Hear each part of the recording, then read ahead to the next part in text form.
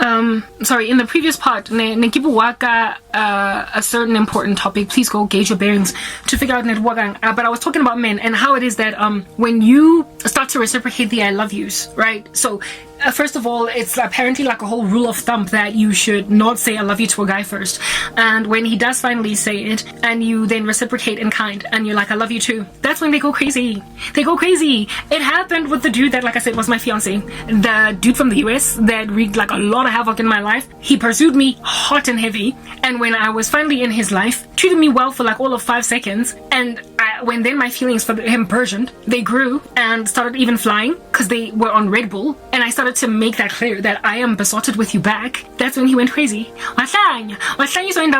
He got me. Like, it's like they become hunters and pursuers for as long as it takes for you to be hooked like some drug, and then they make you grovel now for, you know, the same level of affection, the same level of treatment that they initially gave you, the same honor that they basically walked in initially. Like the fear to lose you. As soon as that wanes, and I don't even know why it wanes, because literally you could always lose her at any minute. Only look at my ex-boyfriend to this day.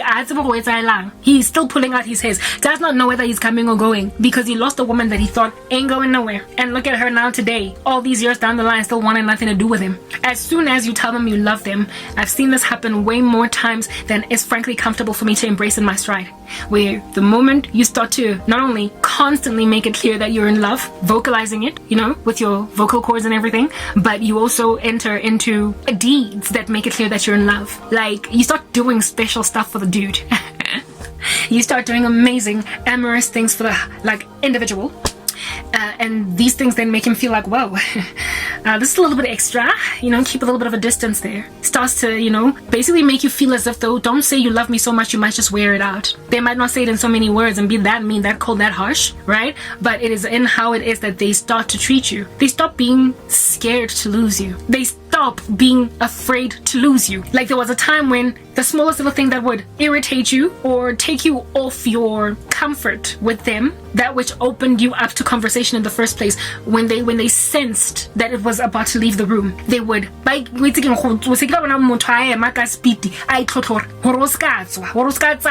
they would hop out of their position just to run after you when you are so much as, guys, like, you know, shuffling towards the door, never mind walking towards the door, and they will run to prevent you from even taking the first step out. They go from that to literally watching you go all the way to the door, stand at the door and say, this is the last chance to do better. If I get out of here, I'm not coming back.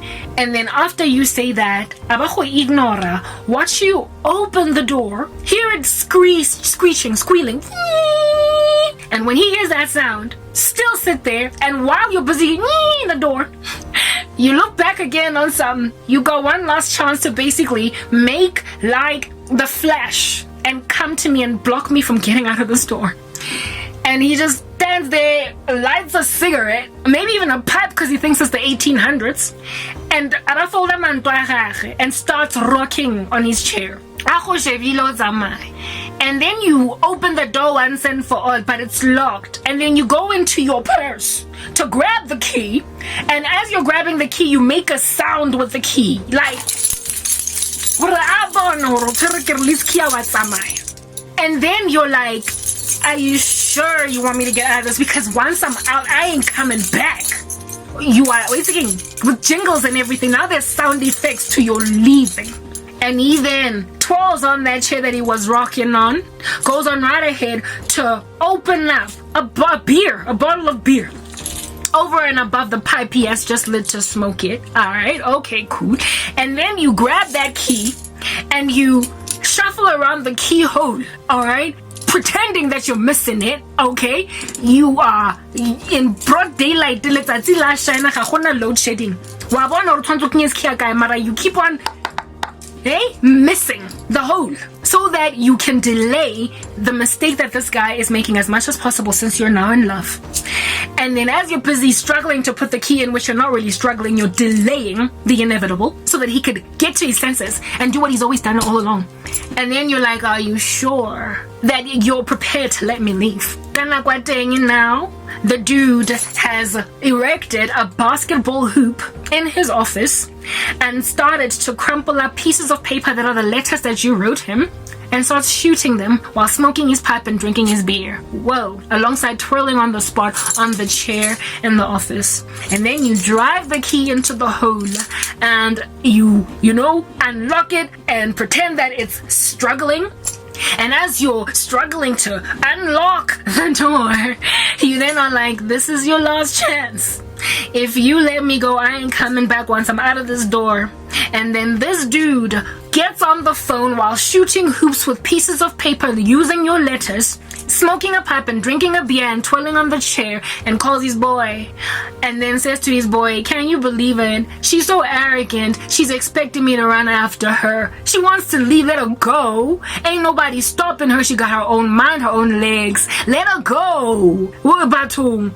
She's acting Batum. She's literally standing there at my door. At this stage, this woman is bleeding. She's crying. She can't believe that a man that loved her once before so fervently is prepared to let her go. And she wishes that he would make a different decision. And then she finally opens the door, and now it's yawning. The sun is bustling. It's piercing through because this room is dark. And so she's obviously better off going out into the sunset because she's better off without this bugger, right? But what is she doing? With the sun shining and everything, birds chirping on the outside, she then stands at the door, yawning. The door is ajar, waiting for her to get out of it, and she still stands in front of the sun, blocking the sun from piercing into this room even further, and stands there making a shadow in the distance where he is sitting with her body since the sun is shining behind her, and is like, are you sure?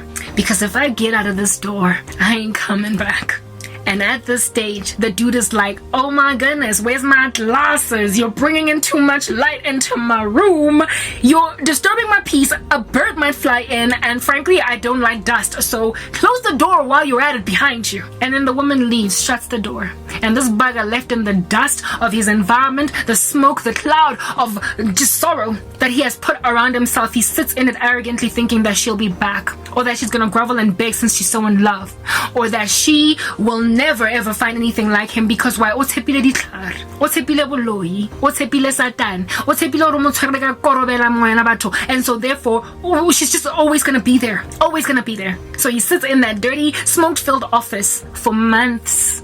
My ex-boyfriend, it took him a whole year. Jare fell. Ka nako teng ke a pholoswa. Ka nako teng girl be getting born again. Do you understand? Christ gave me freedom to walk away officially. And only after a year of dilly-dallying all over the show, meeting other women that did not add up, realizing that, oh snap, what I do? Remember, you walked out into the sunset. As soon as you walked out, you got given a robe, new clothes, new shoes, a new mindset. You entered and you endeavored. You went into new ventures. You did new things. You did what you could to survive the pain, the sorrow. You read a new book. You started a new hobby. You started working out. Whatever. Dude, you joined a thespian club and became an actress.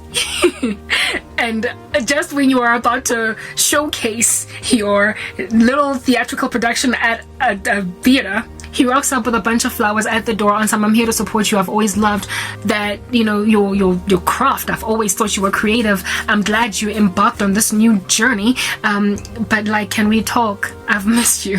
Are you serious? It's a year, and I have never been healthier in mind. I've never been healthier in spirit, and I have a new hobby now, and I love it. And I've got new friends, and there's a grander sun shining in my life because I left that dark room that I was in with you. And I have a new job too, and I'm looking forward to, a date with another guy. And this dude is like, but come on, it's always been you. It's always been us. The kind of language that gets a woman that was in love with a man. That's another thing, you guys, right? Women don't ever really stop loving men, and I suspect men don't ever really stop loving women. It just never happens. You just move on, But absence makes the heart grow fonder. So with time, you forget about all the wicked stuff that this random did, and you remember just how much he romanced you, how good he was at it, and how he made you feel like you were the only woman in the world. Yeah, but all the character flaws just fade in comparison. And if the dude is still kind of handsome, then you remember just, how you liked his unibrow. Yeah, because apparently that can be cute too.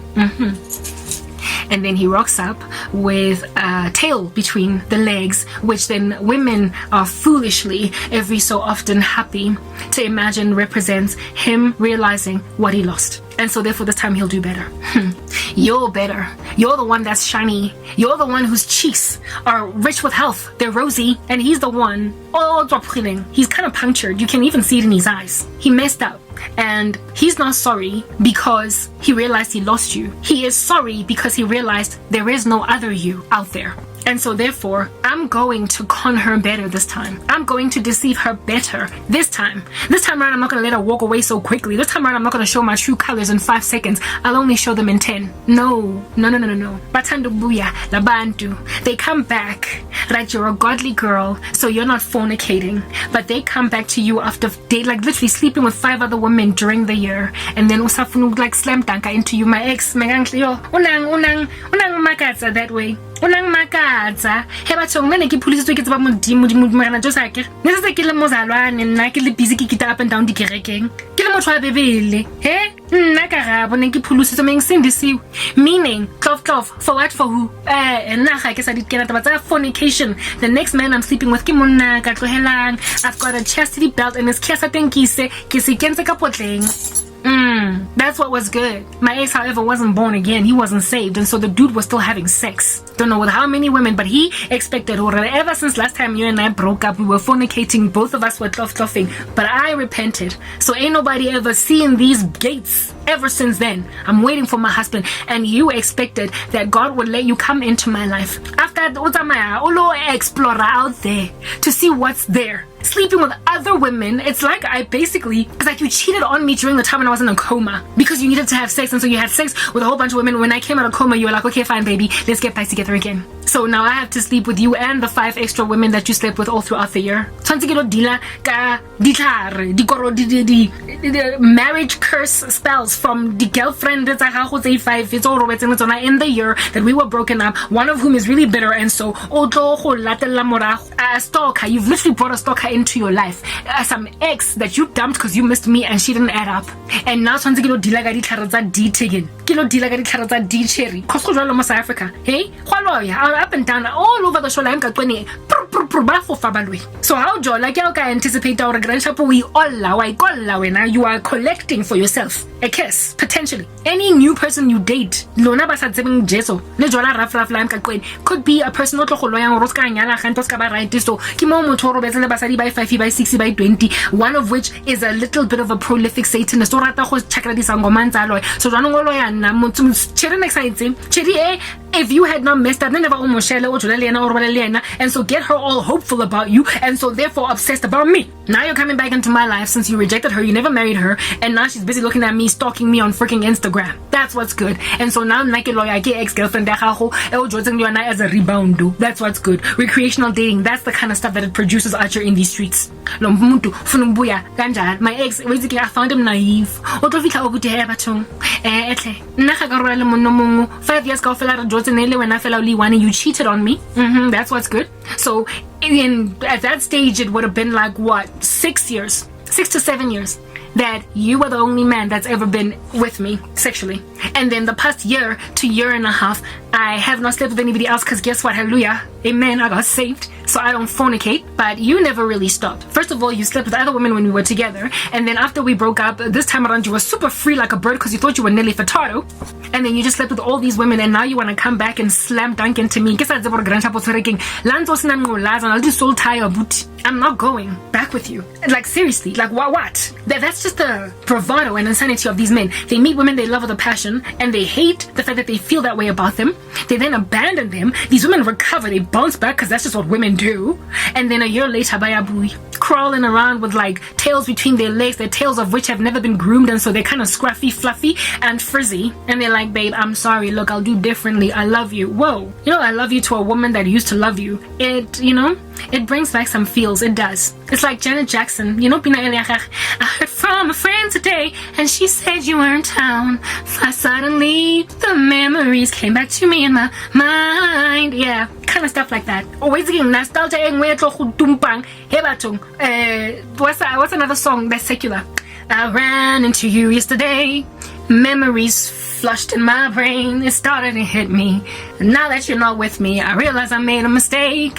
What can I do to feel right? Can I come with you tonight? Nah, is there someone new now? Yeah, John Legend and Jackson, those two songs, it happened, like, it's inevitable. I don't know any of y'all guys who done bump into exes that you really did love that did not catch feels when you saw them. It happened with me, with my ex, after like I think a couple of months after we broke up, if not like maybe a year and a half or whatever. No, it was before he tried to come back. Ran into him, at a funeral, like one of our mutual friends' dad. And as soon as I saw him, started to hit me. For me it was, I heard from a friend today and she said you were in town. Suddenly the memories came back to me in my mind. I had to suppress it. It's not like I left him because I stopped loving him. I left him because he became a fool. So when I saw him, it was like, just say you love me, making love to you, it feels so good and so right. No.